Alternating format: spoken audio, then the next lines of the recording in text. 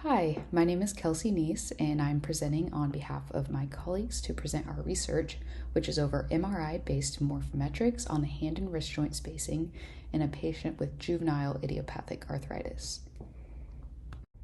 So just to give a little bit of background information, juvenile idiopathic arthritis, also known as JIA, it's the most common subtype of inflammatory arthritis processes that affect young children under the age of 16. So it's an autoimmune disorder, therefore, autoreactive antibodies and dysregulation of T cell maturation are going to lead to increased levels of pro inflammatory cytokines and chemokines, and ultimately, this leads to destruction of tissue. MRI can be used to identify changes in synovium, cartilaginous structures, and bone degradation within joint spaces of patients with inflammatory arthritis.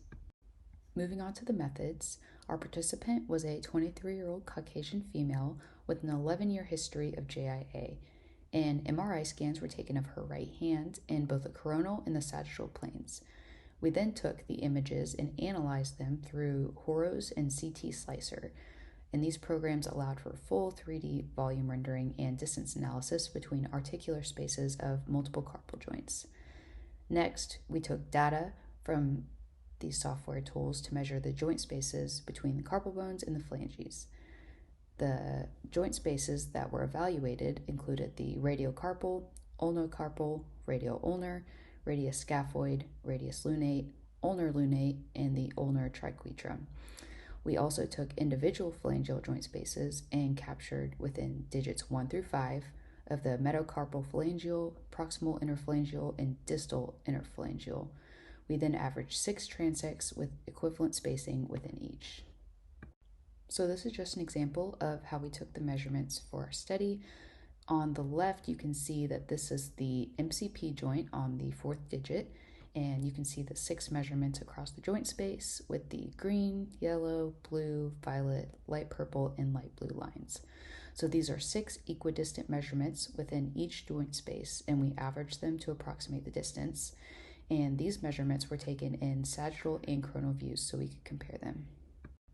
On the left, you can see our results, and then also we have some pictures that we captured from the Horos software.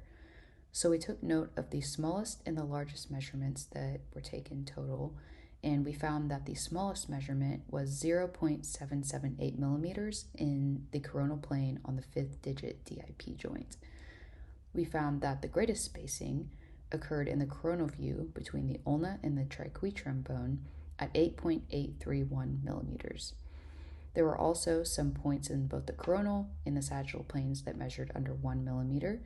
For the coronal, we saw that the PIP joint on the 3rd digit and the PIP on the 4th digit and also the DIP on the 4th digit measured under 1 millimeter, while on the sagittal plane, the PIP on the 2nd digit, the DIP on the 3rd, the DIP on the 4th, and the PIP and the DIP on the 5th digit, both measured under 1 millimeter. The goal of our study was just to identify the morphology and joint space measurement of a patient that presents with JIA. So this study suggests that there are possibilities of utilizing MRI imaging to evaluate the progression of types of inflammatory arthritis. If a baseline image is taken early on, it can then be compared to future imaging as the disease progresses. In addition, there is also potential for it to be used to monitor treatment efficacy. These findings also identify that there is currently a gap in research on how to identify inflammation on an MRI image, and this paves the way for future research opportunities with a longitudinal case report.